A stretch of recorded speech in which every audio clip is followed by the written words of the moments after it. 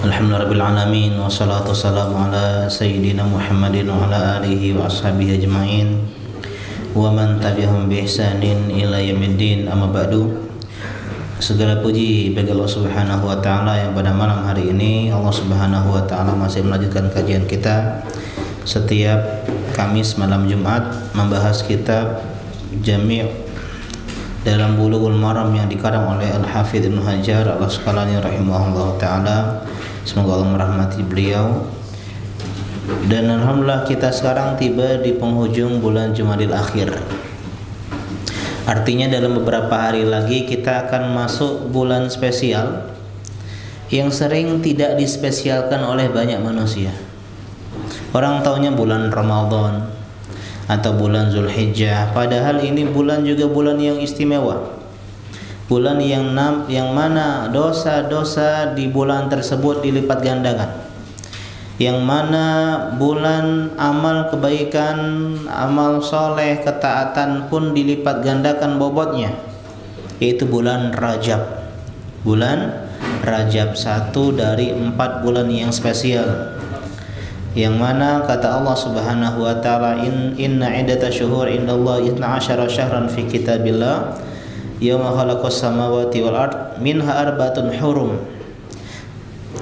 Allah menciptakan atau Allah menentukan 12 bulan, bilangan 12 bulan di sisi Allah Subhanahu wa taala ketika Allah menciptakan langit dan bumi. Dan 4 darinya, sepertiga dari 12 tadi adalah bulan-bulan yang istimewa. Biar kita ini semangat. Kalau seandainya semua bulan istimewa, bosan Pak, monoton.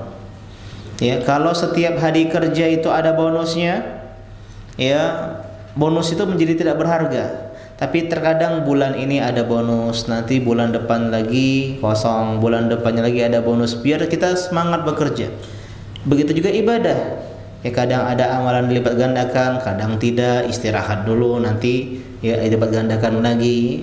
Dan 4 bulan ini, 3-nya kata Nabi mutawaliyat, berturut-turut, Zulqa'dah, Zulhijjah, Muharram, dan 1 yang sendiri yaitu bulan Rajab yang terletak antara Jumadil Akhir dan Sya'ban. Sehingga mulailah kita semangat, ya, mulai menyambut bulan Sya'ban dengan semangat, dengan mengamalkan menambah amal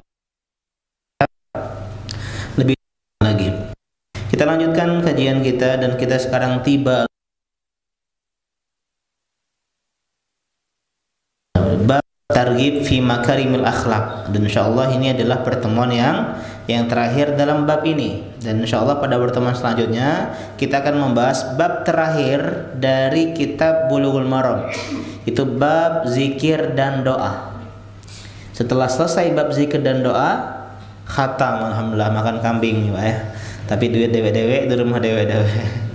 Ya, jadi alhamdulillah kita lanjutkan kajian kita malam hari ini di hadis yang ke-16 dalam bab yang kelima tentang targhib fi makarimil akhlak.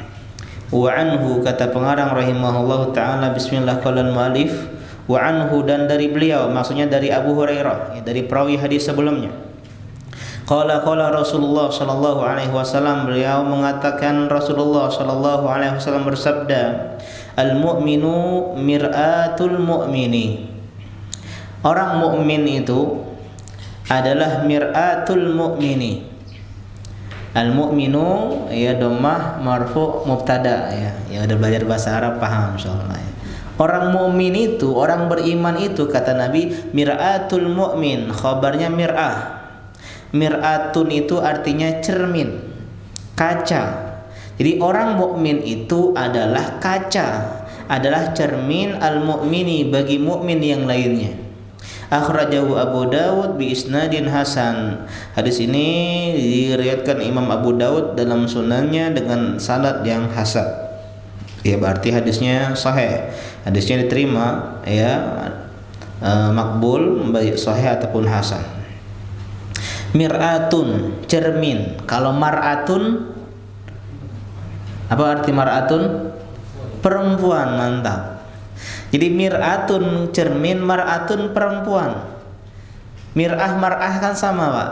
Karena itulah di antara ciri-ciri perempuan suka bercermin ya. Jadi mir'atun mar'atun, dekat ya. Idiomnya katanya sehingga menunjukkan ada kolerasi, ikatan. Jadi wanita itu tabiatnya suka bercermin, memperhatikan penampilan. Kalau laki-laki enggak terlalu sering bercermin. Ya, karena laki-laki ini cuek dengan penampilan. Ya, cuek dengan penampilan dibandingkan. Bahkan dalam beberapa literatur dikatakan makruh para lelaki ini sering bersisir, Pak. Nabi melarang laki-laki itu sedikit-sedikit sisiran. Kenapa? Karena terlalu memperhatikan penampilan. Karena yang terlalu memperhatikan penampilan ini sifatnya siapa?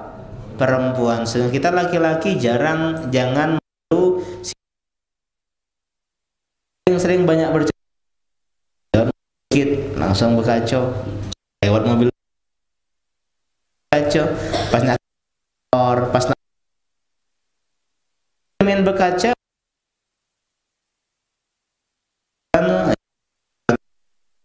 sering apa sifat cermin? Apa sifat cermin?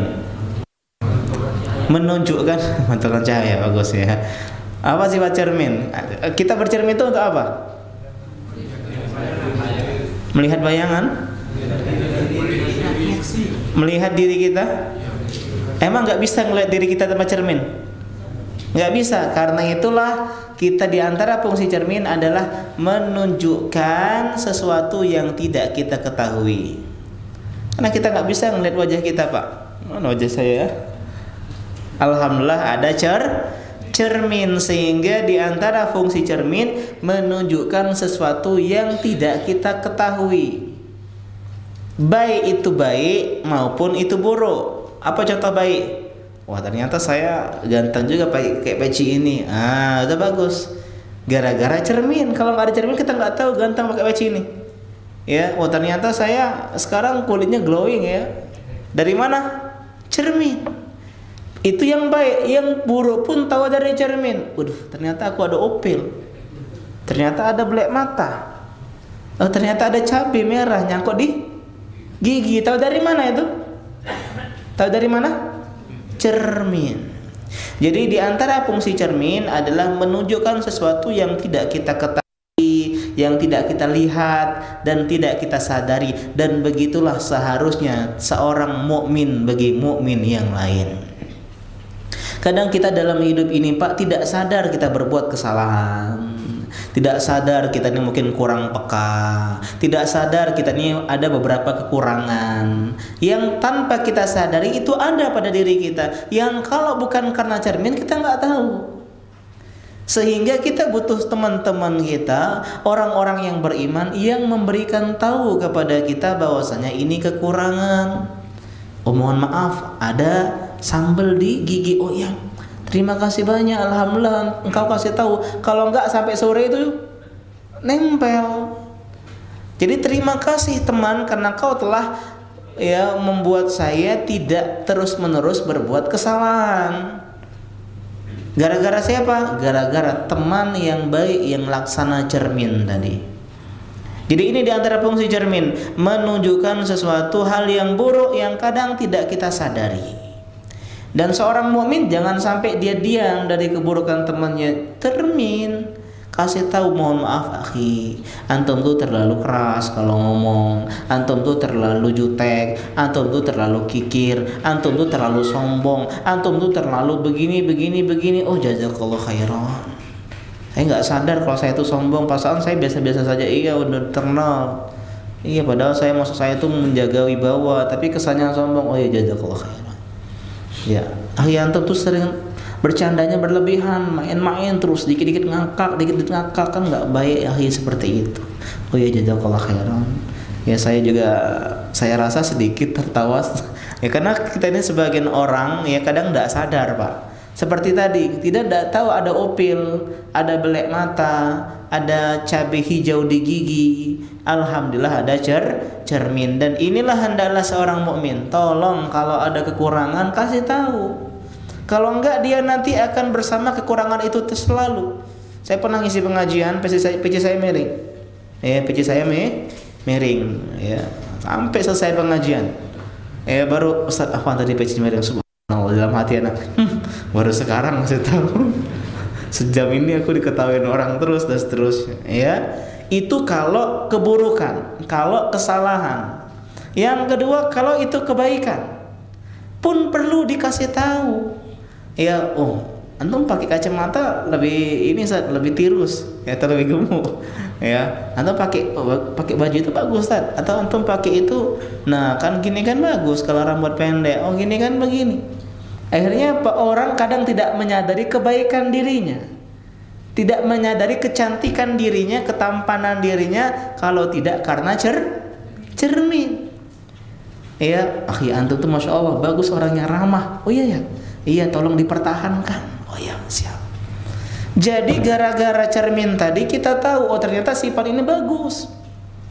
Antum tuh banyak orang ikhwan tuh senang sama antum. Kenapa? Antum orangnya loyal. Oh padahal aku biasa-biasa saja. Iya, meskipun antum cuma ngasih permen, ngasih hal-hal yang bakwan satu, tapi itu bagi sebagian orang mungkin spesial. Wah, saya nggak sadar ya. Ya, jadi tolong pertahankan, tolong ditingkatkan, tolong dijaga kebaikan itu, karena teman yang tadi laksana cermin. Jadi pentingnya kita punya teman yang beriman, karena dia bisa menunjukkan kepada kita kekurangan kita agar kita benahi, dan dia menunjukkan kepada kita kebaikan kita agar kita bisa pertahankan. Ini diantara fungsi cermin yang pertama. Yang kedua, selain menunjukkan sesuatu yang tidak kita ketahui, cermin itu menunjukkan sesuatu apa adanya. Kalau ada cabai ya cabai. Ya, kalau kelihatan muka bantal ya muka bantal. Kalau kelihatan ada kotoran mata ya ada kotoran mata. Gak pernah cermin tuh menjilat. Wah, kamu cantik sekali hari ini, kata cermin. Padahal kita berantakan. Nah, inilah teman sejati, Pak. Apa adanya, bukan ada apanya. Teman sejati itu jujur, tidak menyembunyikan sesuatu. Kadang mungkin belak-belakan, ya, tapi kadang itulah yang terbaik untuk diri kita. Kadang dia ya tidak ada yang ditutup-tutupi, tidak ada manipulasi, tidak ada gombal. Kalau dia suka dia ngomong suka. Kalau nggak suka dia ngomong nggak suka. Inilah orang yang jujur, teman yang jujur, teman yang bagus. Kalau salah kita dibilang salah, kalau kita benar dia bilang kita benar. Tidak seperti sebagian orang ketika kita salah, oh enggak, kau tuh benar kok, sehingga kita selalu salah. Kenapa? Karena kita tidak dikasih tahu oleh cermin tadi. Ada nggak? Aku nih belek mata, kati ganteng sudah kau tuh. Akhirnya kita membiarkan diri kita punya belek mata sepanjang hari, presentase, ketemu pelanggan dan seterusnya. Ya, gara-gara apa? Gara-gara cermin yang tidak jujur tadi. Tapi kalau cermin yang jujur, dia tidak akan munafik dan dia tidak akan menjilat. Ada sebagian orang yang tidak suka sama kita, kebaikan kita bilang jangan kayak gitulah. Orang tuh ya inilah ilfil sama sikap ramah yang kamu itu. Ya, nggak usah terlalu loyal gitu. Oh iya. Akhirnya dia jadi orang yang jaim. Padahal bagus sifat ramah tadi, tapi gara-gara dia nggak jujur, bukan teman sejati, bukan teman yang beriman. Maka dia yang baik dikatakan buruk agar kita tidak jadi baik, yang buruk dikatakan baik agar kita tetap buruk. Dan inilah bukan seorang teman yang sejati.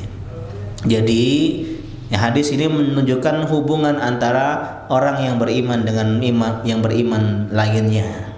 Bahwasanya kita menjadi cermin satu sama lain, menunjukkan sesuatu yang tidak dia ketahui, kemudian menunjukkan sesuatu apa adanya tanpa gombal dan yang semisalnya. Dan jangan diam membiarkan teman selalu dalam kesalahan, kekurangan. Ya, teman kita misalnya sering ngantuk ketika kajian, habis kajian kita nasihati, akhi, ya saya ini cermin bagi dirimu. Mungkin kamu tidak sadar, tapi kamu tuh ya ngantuk terus kalau pengajian. Kalau main badminton tidak pernah ngantuk. Iya, kalau main badminton tidak mungkin ngantuk ya. Atau misalnya kita punya teman ya yang masih suka ngomongin orang, mungkin dia nggak sadar, dia bilang itu biasa, hal yang bumbu-bumbu pembicaraan, kita nasihati. Jadi cermin, jangan kita, karena diam dari kesalahan teman kita tanda kita nggak sayang sama dia. Jadi kalau kita punya teman yang sering menasehati kita, sering nunjukin kesalahan kita, kekurangan kita, itu adalah teman yang baik. Dan juga jangan mengatakan sesuatu yang bohong karena ndak keenaan. Wah, ndak keenaan kalau aku bilang ya bahwasanya apa? Bahwasanya di pipinya masih ada cemong bekas bedak. Ndak keenakan saya ngasih tahu dia. Akhirnya apa? Dia berada di kesalahan sepanjang hari. Karena ndak keenakan tadi, kita terkadang menahan diri dari menasehati teman kita. Dan ndak boleh juga berlebih-lebihan mengesankan sesuatu yang salah. Enggak kok, kamu tuh ya yang salah banget. Ya, ada kotoran kecil misalnya cabai, udah gede banget, 5 juga. Aduh, gimana ya aku jadi ngedown begini. Jadi nggak jujur. Atau misalnya yang benar, wih kamu tuh hebat banget tadi tuh, masya Allah luar biasa. Nggak ada yang kayak kamu, pada biasa saja. Akhirnya orang jadi jumawa, jadi sombong. Ini bukan perilaku cermin. Jadi intinya kita perlu sahabat seperti cermin. Ya, sehebat apapun kita Pak, kita ini makhluk sosial, butuh orang lain. Jadi tolong sejak belajar hadis ini kita harus sadari kita ini banyak kekurangan yang tidak kita sadari. Sebagaimana kita butuh cermin, kita juga butuh teman yang seperti cermin yang mengetahui blind spot kita. Ya, kenapa petinju itu butuh pelatih? Padahal petinju itu kalau dia berantem sama pelatihnya mungkin kalah pelatihnya. Tapi kenapa? Karena pelatih itu bisa mengasih tahu dia sesuatu yang tidak diketahui. Mungkin kalau main sama pelatihnya, pemain sepak bola makin jagoan pemain sepak bola. Tapi pelatihnya itu melihat dari sudut pandang yang lain, point of view yang lain, sehingga ini yang dibutuhkan. Mungkin menurut kita ini kita tapi ternyata bagi orang lain kamu tuh masih kaku sama ini. Mungkin kita merasa kita udah jadi ayah yang baik, tapi orang lihat kita ini pendidikan anaknya keliru. Kita merasa udah jadi suami yang baik, tapi mungkin dari teman kita tuh suami yang posesif dan seterusnya. Sehingga perlu kita butuh orang lain. Hidup ini mendengar Nabi SAW saja beberapa kali bermusyawarah dengan sahabatnya, minta pendapatmu gimana ya tentang begini. Ya wahai Abu Bakar As-Siddiq, ini tawanan perang Badar kita apain enaknya nih ya? Minta pendapat. Umar bin Khattab, gimana pendapatmu tentang tawanan perang Badar? Bahkan beliau minta pendapat kepada istri beliau sendiri. Beliau enggak jaim, ya enggak ego dong, malu dong minta pendapat sama istri. Ya. Tapi dia bilang, "Mi, gimana nih pendapat Umi kalau Abi setiap malam Jumat pulangnya agak malaman dikit, mau belajar bahasa Arab?" Oh, bagus, Bi. Akhirnya apa? Kita belajar mendapatkan pendapat dari orang lain. Aduh, jangan Bi, kan Abi itu kan udah Senin pulang malam, Selasa pulang malam, Rabu pulang malam, Kamis saja nggak pulang. Kalau Kamis juga pulang malam, kasihan anak-anak Bi, nggak ada waktu untuk Abinya, sedangkan dia harus butuh ya pendidikan seorang ayah. Oh iya juga ya, yaudahlah di cancel aja belajar bahasa Arabnya, nanti yang lain lah kelas weekend dan seterusnya. Jadi apa? Hendaklah kita membutuhkan cermin. Kemudian selanjutnya di antara faedah dari hadis ini, hendaklah kita menerima nasihat. Kalau tadi memberi nasihat, sekarang menerima nasihat. Ada nggak Pak kalau kita bercermin kita salahin cerminnya? Aduh, aku jelek banget ya. Cermin ini salah ini. Ya. Ada nggak seperti itu? Ketika cermin ngasih tahu ada cabai hijau di gigi kita, wah nggak benar ini, nggak ada ini, ya enggak, kita terima meskipun ternyata ada belek mata ya, ternyata saya kayak gini, ternyata baju saya kebalik, ternyata saya muka bantal, ternyata kita terima. Inilah seharusnya sikap kita ketika menerima nasihat dari cermin. Anggap saja teman mukmin yang memberikan kita masukan, kritik, saran, nasihat adalah cermin yang kita terima nasihatnya. Tidak pernah, waduh jelek banget, langsung lemparin batu Jepang cerminnya. Ya, kadang kita ini siap memberi nasihat tapi tidak siap menerima nasihat. Wah, kalau ngasih nasihat tuh pinter pokoknya. Termasuk yang ngomong di depan ini, ya. Kalau nasihat nasihat. Tapi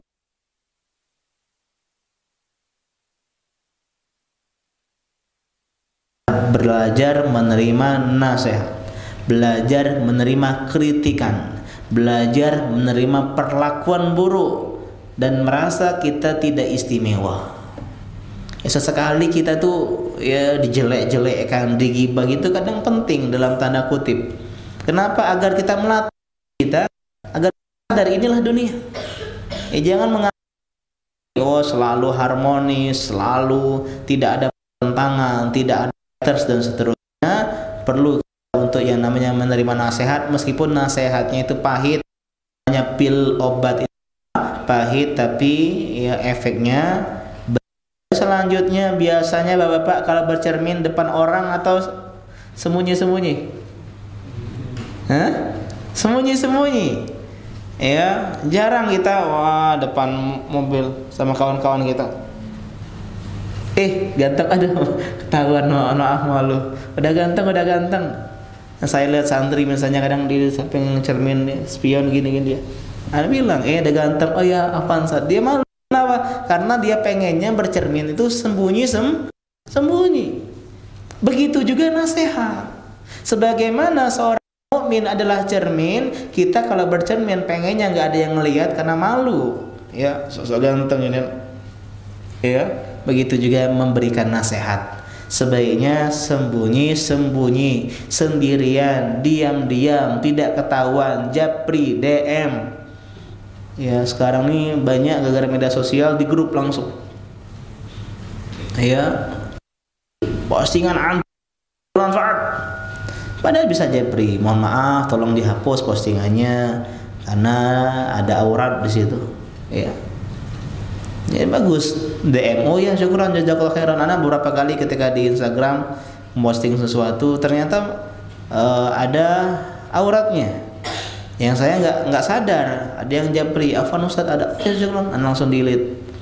Ada yang juga ketika itu ada musiknya, karena repost saja orang bikin konten musik, ya dia mention saya, karena saya ini HP-nya jarang bersuara, mohon maaf nelpon, ya karena ini sedikit introvert, jadi tidak suka nelpon, ya sukanya chatting.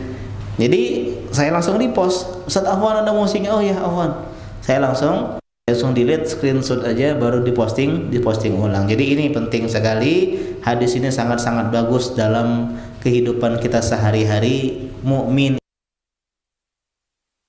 terbaik adalah suami istri.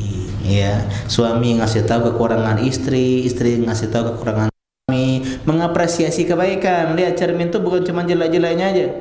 Ya, kalau jelek-jeleknya pintar kita, kau ini begini, tapi kebaikan jarang kita apresiasi. Ya, Umi ini ya masih suka nunda-nunda sholat, tapi Umi ini bagus, rajin baca Quran. Jadi harus imbang. Jangan sampai kita hanya fokus kepada kekurangan saja, tapi lihatlah cermin yang dia apa adanya, baik dibilang baik, buruk dibilang buruk. Sekarang hadis yang ke-17. Wa an Ibnu Umar radhiyallahu anhuma, dari sahabat yang mulia Abdullah bin Umar, anak dari Umar bin Khattab. Ya, beliau termasuk 7 sahabat yang paling banyak meriwayatkan hadis dari Nabi sallallahu alaihi wasallam. Qala Rasulullah sallallahu alaihi wasallam, beliau berkata, bahasa Nabi sallallahu bersabda, al-mu'min alladzi yukhalitun nas wa yasbir alladzi la yukhalitun nas wa la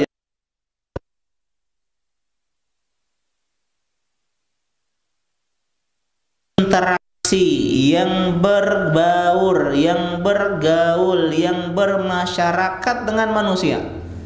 Ia tidak tinggal di tengah-tengah manusia, menyapa mereka, bermuamalah dengan mereka, dan sabar terhadap gangguan mereka. Main lato-lato misalnya. Ya, sedangkan kita pengen istirahat, sabar atas gangguan mereka. Atau misalnya kita ya samping itu ngidupin suara dangdut keras-keras, ya sampai kita nostalgia misalnya, atau kita terganggu ya. Maka ini kata Nabi, khairun, lebih bagus, minal ladzi la yukhalitun nas, daripada orang yang tidak mau berbaur dengan masyarakat, Orang yang sukanya menyendiri, dia hidup bikin rumah jauh dari pemukiman, jauh dari masyarakat. Dia pengen hidup sendirian, ya misalnya jauh di tengah-tengah sawah, di tengah-tengah hutan misalnya, atau di pedalaman, dan dia tidak bersabar ketika mendapatkan gangguan dari manusia. Ini hadis menunjukkan bahwasanya orang yang bersosial, yang bermasyarakat lebih bagus dibandingkan orang yang antisosial, yang nggak mau bermasyarakat, yang dia pengen hidupnya sendiri. Ini hadis Nabi SAW. Akhrajahu Ibnu Majah bi isnadin hasan wa huwa inda Tirmidzi illa annahu lam yusammi sahabi. Hadis ini oleh Ibnu Majah dan sanad yang hasan, dan juga Imam Tirmizi tanpa disebut nama sahabatnya. Tapi nggak masalah, Pak. Dalam ilmu hadis, nama sahabat tidak perlu disebut, karena semua sahabat itu adil, terpercaya. Jadi kalau kita mengetahui ini ada sahabat bilang begini, kita nggak tahu siapa sahabatnya, nggak masalah. Yang jelas semua sahabat itu terpercaya. Beda kalau tabiin, tabiut tabiin, ada yang mengatakan orang tabiin bilang begini, kita belum terima hadisnya. Siapa tabiin ini? Orangnya jujur atau enggak? Atau dia pendusta? Tapi kalau sahabat, tidak ada sahabat yang meredakan hadis Nabi SAW dengan dusta, sehingga semua riwayat sahabat itu adil. Ya, ini tentang hadis yang ke-17. Dalam riwayat yang lain, a'zamu ajran, paling banyak pahalanya. Jadi orang yang bermasyarakat, bersahabat bermasyarakat, banyak pahalanya dibandingkan orang yang menyendiri fokus ibadah kepada Allah Subhanahu wa ta'ala. Jadi bapak-bapak, manusia itu beraneka ragam, bermacam-macam. Ada manusia. Yang pertama adalah orang sosialisasi, orang yang suka bermasyarakat, suka berinteraksi, suka membaur, suka berkegiatan-kegiatan yang melibatkan banyak orang. Yang kedua, orang yang sedikit introvert. Dia nggak suka berbaur, nggak suka bersosialisasi, nggak suka bermasyarakat. Ya kalau pengajian dia diam aja mojok, ya nggak ada yang kenal sama dia. Dia datang pergi pulang, datang pulang datang. Sedangkan yang lain nongkrong dulu, ngobrol dulu, makan nasi goreng dulu, minum kopi dulu, ya sampai tengah malam dan seterusnya. Jadi ada tipe manusia. Dan ulama berbeda pendapat mana yang lebih bagus. Dan hadis ini menjelaskan bahwasanya yang paling baik adalah orang yang bermasyarakat. Ini pendapat Sa'id bin Musayyib, Ibnu Abi Layla, Ibnu Barak, Imam Syafi'i, Imam Ahmad, Sufyan bin Uyainah, karena manusia adalah makhluk sosial. Dia butuh orang lain. Karena itulah dalam Islam banyak kegiatan agama yang melibatkan sosial. Contohnya apa? Yang paling penting, Pak, sholat berjamaah, bertemu, bersentuhan kaki satu sama lain, bertatap muka, saling menyapa, setiap hari 5 kali. Kemudian apa? Kemudian sholat Jumat, kemudian sholat hari raya di lapangan, kumpul. Jadi Islam itu suka ngumpul dalam tanda kutip. Kegiatan sosial, zakat. Meskipun sekarang zakat bisa transfer ya. Kalau zaman dulu dekat temuin orangnya, begini tolong ini Pak, terima Pak. Oh makasih banyak. Sedekah langsung ke orangnya. Kalau sekarang udah sedekah online. Haji, umroh, nggak ada haji sendirian Pak. Nggak ada umroh sendirian. Ustaz bisa nggak ya aku pengen umroh sendirian aja. Ini pesawat sendirian, di hotel sendirian. Enggak, tapi berbaur sama manusia. Nah ini fungsinya majelis ilmu, berbaur sama manusia. Ini menurut pendapat sebagian para ulama. Apa dalilnya hadis ini? Hadis ini jelas mengatakan orang yang bermasyarakat lebih bagus.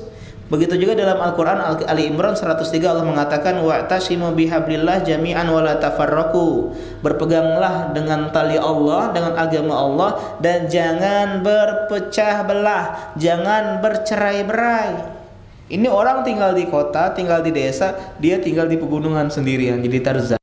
Bercerai-berai, berpecah belah. Kemudian juga ada hadis dari Nabi SAW, alaikum jamaah, wajib kalian ngumpul sama jamaah kaum muslimin. Wa iyyakum wal furqah, hati-hati jangan sampai berpecah belah. Fa inna syaitana ma'al wahid wa huwa minasnaini ab'ad. Setan itu kalau orang sendirian lebih dekat. Kalau kita berdua setannya agak ngejauh dikit. Kalau kita bertiga setannya jauh. Itulah makruh Pak safar sendirian. Karena kalau safar sendirian nggak ada yang mengontrol kita. Ya safar sendirian, samping cewek, ya, kenalan dulu. Nah, kalau di sini wajaim gitu. Kenapa? Karena ketika safar nggak ada yang kenal sama kita. Tapi kalau kita berdua sama teman kan, oh, masih ada jaim, ada teman. Berdua, kecuali dua-duanya sama-sama bejat. Ya. Nah, tapi kalau ketiga kan susah bertiga. Sehingga semakin ramai seseorang, semakin susah orang berbuat jahat. Karena itulah banyak dosa kita ini ketika saat sedang sendiri. Jarang kita ini dosanya nongkrong, mabuk bareng jarang, atau nggak benar bareng jarang. Tapi ketika lagi sendiri diuji oleh Allah Subhanahu Wa Taala dengan dosa. Man arada buhbuhatal jannah falyalzamil jamaah. Kata Nabi, siapa yang pengen mendapatkan keindahan surga maka wajib dia berkumpul dengan jamaah kaum muslimin. Man sarathu hasanatuhu sayi'atuhu fadzalikal mu'min. Siapa yang senang ketika berbuat baik dan sedih ketika berbuat dosa, maka itulah orang mukmin. Tolong Pak, habis pengajian tuh ada rasa senang. Alhamdulillah bisa pengajian, alhamdulillah bisa sedekah, alhamdulillah bisa baca Quran, alhamdulillah bisa baca bahasa Arab. Harus punya kesenangan. Dan ketika berbuat dosa, khilaf, berbuat salah, ada perasaan nyesal, sedih, ya, sedih, susah, nggak keenakan. Ini diantara tanda orang-orang yang beriman, ya. Lagi pula Pak, dalam sosial ini kan kita banyak kebaikan. Kita bisa dakwah, bisa amar ma'ruf nahi mungkar, bantu orang yang butuh bantuan, ya, memberikan makan orang yang kelaparan, sehingga bersosial itu lebih baik. Ini pendapat yang pertama. Pendapat yang kedua enggak. Pendapat yang kedua mengatakan yang lebih baik itu uzlah. Apa namanya Pak? Uzlah. Uzlah itu menyendiri. Ya, tidak banyak interaksi dengan manusia. Kata mereka ini yang lebih afdol, ini yang lebih bagus. Ini pendapat ulama sahabat dan juga ulama sahabat seperti Sa'ad ibn Abi Waqqas, Sa'id bin Zaid, kemudian Malik ibn Anas, Imam Malik. Ya, tadi Imam Syafi'i, Imam Ahmad berpendapat bersosialisasi lebih baik. Kalau Imam Malik, uzlah lebih baik. Kemudian Sufyan bin Sawari, Ibrahim bin Adham, Fudail bin Iyad. Apa dalil mereka? Al-Quran. Kata Allah dalam Maryam 48, wa'tazilukum wa dunillah. Ini ucapan Nabi Ibrahim kepada ayahnya dan kaumnya. Aku tinggalkan kalian, aku jauhi kalian dan apa yang kalian sembah selain Allah Subhanahu wa Ta'ala. Jadi Nabi Ibrahim uzlah, meninggalkan ayahnya, keluarganya dan kaumnya. Berarti ini yang lebih bagus kata mereka. Kenapa? Karena dengan uzlah, kalau sendirian tuh enak Pak, bisa fokus beribadah, ya enggak? Ya, sibuk dengan baca Quran.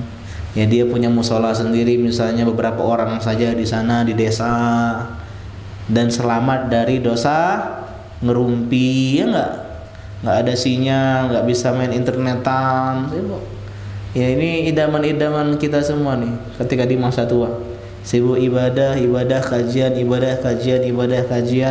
ya mungkin makan istirahat sama keluarga sama cucu, nggak banyak ya, sibuk hirup pikuk dengan dunia. Dan kita kalau kita uzlah itu jarang nongkrong yang nggak bermanfaat, ya, jarang ria, nggak ada yang diriain, ya, dan juga jarang ghibah, nggak ada teman ghibah. Kemudian jarang menyia-nyiakan waktu, jarang banyak bicara, sehingga mereka berpendapat uzlah lebih bagus. Akan tetapi pendapat ini kurang tepat. Kenapa? Karena Nabi Ibrahim alaihissalam itu uzlahnya karena ada sebab. Diusir oleh ayahnya, pergi ke Ibrahim. Ya, kalau diusir pergi, pergi. Ya, hanya kita sedang di rumah orang. Oh, kamu ini, ya silakan keluar, silakan pulang. Oh, enggak, mau di sini aja. Enggak. Ya, jadi Nabi Ibrahim alaihissalam keluar dari kampungnya. Ya, kenapa? Karena diusir oleh ayah ayahanda, meskipun nanti pulang lagi dalam keadaan berdakwah. Jadi pendapat yang lebih tepat adalah asal mukmin itu bersosial dan bermasyarakat. Dan inilah yang paling baik, akan tetapi tetap bersosial punya batasan-batasan. Jangan bablas ya, diajak merokok dengan dalil Ustadz tadi kan orang yang bersosial itu lebih baik. Yang diajak goyang bareng di dangdutan ya, di kondangan ada organ tunggal, melok joget dengan alasan bersosialisasi, Ustaz. Ya, ini kurang tepat. Kenapa? Karena yang dimaksud bersosialisasi ini dalam kebaikan, hal-hal positif. Contohnya main futsal misalnya, itu kan sosialisasi. Ya, kemudian kerja bakti, rapat RT misalnya, atau yang semisalnya. Dan hendaklah kita berselektif ketika memilih circle. Kenapa? Karena berdekatan dengan orang-orang baik pun akan lebih baik. Akan tetapi ada satu saat uzlah itu lebih baik. Hukum asalnya bersosial lebih bagus. Ya, kita bersabar terhadap masyarakat, kita bersabar nasihat kita nggak didengar, kita bersabar dengan tetangga yang buruk, kita bersabar. Tapi ada saatnya uzlah lebih bagus. Kata para ulama, kalau kita berada di tengah masyarakat yang kebanyakan berbuat buruk, interaksi berbaur sama mereka itu mendatangkan mudarat, mendatangkan mafsadat, tidak bermanfaat, bahkan bisa membahayakan agama kita. Tetangga kanan bandit, tetangga kiri bandit, tangan depan bandit, belakang bandit, nongkrong yang ngomongin harta uang dipaling, wah bahaya ini. Ya akhirnya apa? Dia memilih uzlah. Sebagaimana dalam kisah Nabi Ibrahim di atas. Dan juga ada sebuah hadis dari Nabi sallallahu alaihi wasallam. An-Nabi Sa'id Al-Khudri anna rajulan atan Nabiyya sallallahu alaihi wasallam faqala ayyunasi afdal. Ada orang datang kepada Nabi bertanya, amalan atau manusia apa yang paling baik? Seperti apa yang paling afdal? Kata beliau, yang pertama rajulun yujahidu fi sabilillah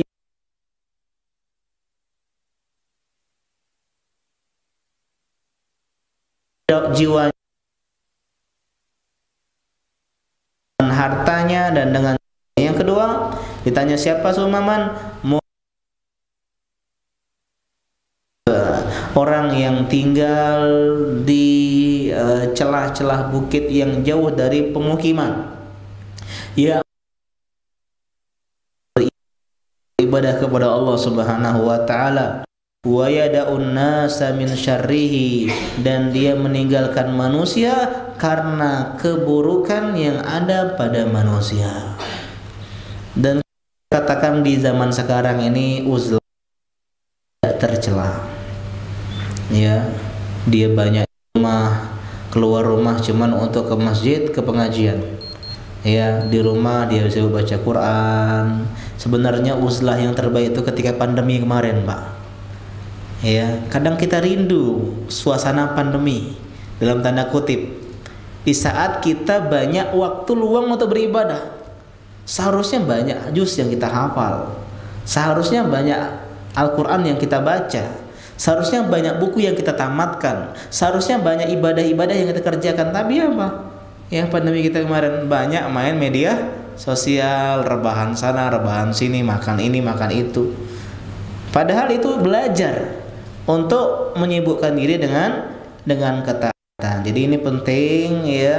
Lihat di kampus kita ini nggak ada teman yang baik. Kalau nongkrong ini nih, maka kita bersosial seadanya saja. Ya biasanya. Jadi jangan Ustaz ini nggak suka sosial misalnya, atau Ustaz ini datang kajian pulang, ya nggak pernah bareng kita, meskipun kalau saya makan bareng. Itu dasar jauh, udah sibuk sama keluarga, dakwah ngajar sama itu saja circle-nya. Dan itulah sebaik hidup. Ya, kita rindu dengan tempat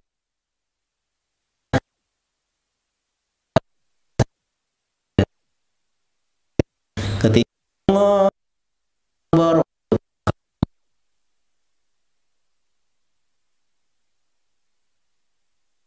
Alim setiap malam belajar baca Quran, masya Allah. Ya meskipun cuma lawat tahu tempe telur goreng, ada nikmat dunia itu Pak. Itu ibadah, belajar, makan, teman yang bagus. Itu udah seindah-indah dunia. Bangun, ibadah, belajar, temannya ustadz semua. Ya ustadz yang baik-baik akhlaknya, makan tempatnya bagus. Wah, udah kayaknya nggak mau pulang.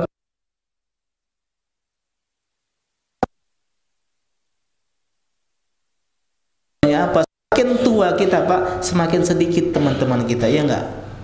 Yang penting teman-teman sedikit seperti ini saja, tapi udah kenal baik, sama-sama kajian bareng, belajar bahasa Arab bareng, ibadah bareng. Ini diantara sebaik-baik circle. Dan poin yang terakhir, bersabar.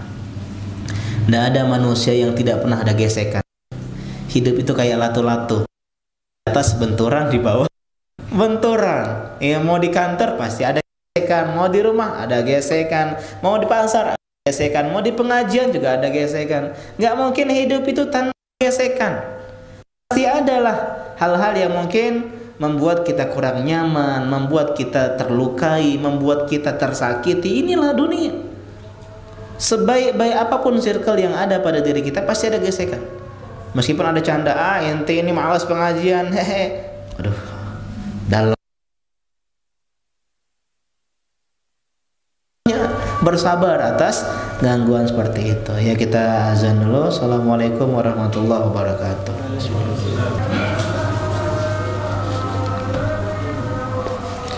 Alhamdulillah, salatu wassalamu ala Rasulillah wa ala alihi wa ashabihi wa la hawla wa la quwwata illa billah. Ya, harus paham bahwasanya manusia bukan malaikat. Ya, meskipun mereka bertakwa, mereka banyak ibadahnya, sering hadir kajian, pasti ada gesekan Pak. Ya, tidak ada hal yang selaras selamanya. Bahkan suami istri, ya bahkan suami istri yang udah paham luar dalam, yang udah hidup bertahun-tahun saja ada gesekan. Apalagi teman-teman yang baru kita kenal sebulan, 2 bulan, setengah tahun dan yang semisalnya, maka hendaklah bersabar. Sebagaimana ini, kenapa ulama mengatakan bersosial lebih banyak pahalanya tadi, a'zamu ajron? Karena bisa punya pahala apa? Sabar. Ketika ada yang ngejek, wah kita sabar. Ada yang gibahin, kita sabar. Ya, ada yang kasar sama kita sabar. Ada yang berbuat hal yang tidak kita enak di hati, kita sabar. Sehingga pahala orang yang bersosial, bermasyarakat lebih banyak dibandingkan orang yang uzlah. Karena uzlah kan jarang gesekan, sehingga jarang mendapatkan pahala sabar. Ini hadis yang ke-17. Sekarang hadis yang terakhir, hadis yang ke-18. Ya, kata pengarang rahimahullah taala, wa Ibnu Mas'ud, sahabat yang mulia Abdullah bin Mas'ud, qala, beliau berkata, qala Rasulullah sallallahu alaihi wasallam, bahwasanya Nabi sallallahu alaihi wasallam pernah berdoa, Allahumma kama ahsanta khalqi fahassin khuluqi. Ya, biasanya ini jadi doa apa? Doa apa ini? Bercermin, ya. Ya Allah alam, sebenarnya doa ini umum Pak. Ya, tidak harus bercermin. Ya, tapi doa ini adalah doa yang meminta akhlak. Allahumma, ya Allah. Ya, Allahumma itu artinya ya Allah. Jadi ya Allah yang itu ke belakang dan menjadi mim. Allahumma, jadi itu pelajaran bahasa Arab. Ya, jadi Allahumma itu artinya ya Allah. Kama, sebagaimana engkau ahsanta, engkau memperindah, engkau memperbagus, engkau mempercantik, engkau memperelok khalqi, fisik kita. Ingat, fisik kita ini meskipun pesek, meskipun begini-begini, ini udah bagus. Ya, ini udah yang terbaik. Ya, coba kalau kita seorang profesor membuat robot, coba kita anggota badannya ditukar-tukar deh. Kaki di sini, tangan di bawah. Bagus nggak Pak? Bagus. Atau hidungnya di atas, atau matanya satu aja. atau matanya kanan kiri kayak ayam. Ya, enggak ada. Inilah yang paling bagus tuh kayak gini. Tubuhnya begitu, kepala di atas, ada 2 tangan, 2 kaki. Ya, kalau manusia berbadan kuda, ya apa itu? Kalau hewan mitologi itu kan enggak bagus. Putri duyung, enggak bagus. Enggak bisa jalan. Ya, atau misalnya pindahin telinganya di sini aja. Ya, di sebelah sini telinganya. Atau hidungnya di belakang aja Sat. Ya. Enggak ada. Inilah sudah yang paling bagus. Fahasin khuluqi, maka perbaguslah juga, perindahlah juga dalamnya, yaitu akhlak. Karena manusia ini terdiri dari 2, luar dan dalam. Ya, kecantikan luar, kecantikan dalam. Kecantikan luar fisik, kulit yang putih, hidung yang mancung, badan yang tinggi, ya, kemudian dada yang bidang, ya. Itu kecantikan luar. Adapun kecantikan dalam adalah akhlak yang mulia. Maka di antara kiat ini, di antaranya, ya, rawahu Ahmad wa sahahu Ibnu Hibban, hadis dari Imam Ahmad disahihkan oleh Ibnu Hibban, ini menunjukkan Nabi itu di antara kiat agar jadi orang yang berakhlak mulia, berdoa. Kita kan udah 1,5 tahun Pak, ya, belajar tentang akhlak yang mulia ini. Pernah nggak kita nih, ya Allah berikan saya akhlak yang mulia? Kan jarang. Doanya, ya Allah istri soleha, ya, anak, kemudian duit yang banyak, ya, kemudian naik jabatan, ya, sehat, itu aja. Gak pernah, ya Allah biar aku bisa menghafal juz 30. Pernah enggak Pak? Berdoa itu. Nah, pernah. Ya Allah, gimana biar aku tuh bisa lancar baca Quran? Berdoa, ya Allah pengen bisa bahasa Arab, ya Allah, resolusi 2023 bisa tamat Rasulullah jilid 1 beda apa, ya Allah. Jarang kita doa seperti itu. Sedangkan doa Nabi tadi, ya Allah kau udah perbagus fisikku. Karena memang manusia yang paling bagus fisiknya adalah Rasulullah SAW, umat Rasulullah.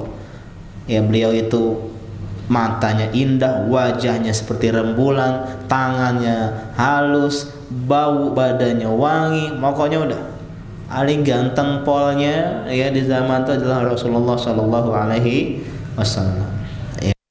Dan ini menunjukkan kepada kita bolehnya bertawasul dengan, ya, nama Allah, sifat Allah dan perbuatan Allah. Ya Allah, Engkau telah memperbagus. Ini artinya bertawasul. Ya Allah yang berikan rezeki, ya itu kan namanya tawasul Pak. Berikanlah saya rezeki. Jadi tawasul itu ada yang boleh, ada yang nggak boleh. Tawasul yang boleh diantaranya adalah dengan nama Allah. Ya Allah ya Rahman ya Rahim, sayangilah saya. Ya Allah ya Ghani, zat yang maha kaya, berikan saya harta. Itu dengan nama atau dengan sifat atau dengan perbuatan seperti hadis ini. Ya Allah yang menciptakan langit dan bumi. Artinya kita bertawasul dengan nama, doa dalam doa kepada Allah Subhanahu wa taala, atau bertawasul kepada orang soleh dengan cara belajar ilmu darinya. Aku pokoknya pengen deketi ustaz itu deh biar dapat ilmunya lebih banyak. Tawasul. Atau minta doa sama orang soleh. Yang tidak boleh dia bertawasul kepada sesuatu yang tidak ada dalilnya, sebagaimana bertawasul dengan fisik orang soleh selain Rasulullah, seperti nyium tangan ustadz misalnya, dia tawasul atau tabaruk, atau dia bertawasul berdoa sama Allah, berdoa dengan ya Allah melalui perantara ya Kiai Fulan, ya aku bertawasul kepadamu dengan Kiai Fulan. Padahal Kiai Fulan belum tentu masuk surga Allah Subhanahu wa taala. Dan ini menunjukkan kepada kita bahwasanya Allah menciptakan kita dengan sebaik fisik, bentuk, rupa. Quran surah At-Tin ayat keempat, Allah mengatakan apa? Laqad khalaqnal insana fi ahsani taqwim. Kami, kata Allah, telah menciptakan manusia dalam sebaik-baik penciptaan. Jadi kalau ditanya makhluk Allah yang paling indah itu bukan rembulan, bukan juga matahari, bukan juga bunga mawar. Makhluk Allah yang paling indah adalah manusia. Ada seorang suami yang memuji istrinya, alangkah cantiknya dirimu lebih cantik dibandingkan rembulan. Ya, kalau rembulan lebih cantik dari dirimu, engkau saya ceraikan, katanya. Istrinya langsung merajuk. Karena di bangsa Arab itu rembulan itu adalah simbol kecantikan. Langsung dia keluar, istrinya merasa tercerai kan. Wah, suaminya kayaknya aku salah ngomong deh. Cerai nggak ya istri saya? Jatuh nggak talangnya? Dia curhat kepada seorang ustadz ahli ilmu. Ustadz, saya begini-begini, gimana? Cerai dong istri saya. Enggak, karena yang lebih indah dari rembulan adalah manusia. Enggak bohong Pak, engkau lebih indah dari rembulan. Ya, meskipun dia hitam kulitnya, meskipun jerawatan, ya karena rembulan kan tebak-tebak, ya wajahnya. Ya, jadi ini dalil yang tolong Pak dihafalkan. Allahumma kama ahsanta khalqi fahassin, atau boleh fahsin khuluqi. Ya Allah, sebagaimana kau perindah rupa dan fisikku, perindahlah juga akhlakku. Insyaallah pada pertemuan selanjutnya kita bahas sedikit tentang hadis ini dan masuk pembahasan tentang doa dan zikir. Jadi insyaallah ini bulan Rajab, Syaban, insyaallah sebelum Ramadan kita tamat kitab Bulughul Maram. Depannya Ustadz Hidayatullah di Al-Madinah, Senin malam Selasa, ujungnya di sini ya. Minimal dapat ujung depannya Pak, depan belakangnya dapat. Meskipun tengah-tengahnya Pak, tengah-tengahnya jauh. Saya belajar Bulughul Maram pertama kali sama Ustadz Nasiruddin hafizahullah taala ketika saya SMA. Kalau nggak salah 2008. Sampai sekarang kitabnya belum tamat. Ya bayangkan tuh. Sekarang 2023, berapa tahun? 15 tahun, karena kajian beliau juga sekali sebulan. Ya, karena Bulughul Maram itu kitab yang tebal, alhamdulillah. Ya demikian kita akhiri. Ada pertanyaan? Tidak ada insyaallah ya, karena pengen belajar bahasa Arab teman-teman. Subhanaka Allahumma wa bihamdika asyhadu an la ilaha illa anta astaghfiruka wa atubu ilaik. Assalamualaikum warahmatullahi wabarakatuh.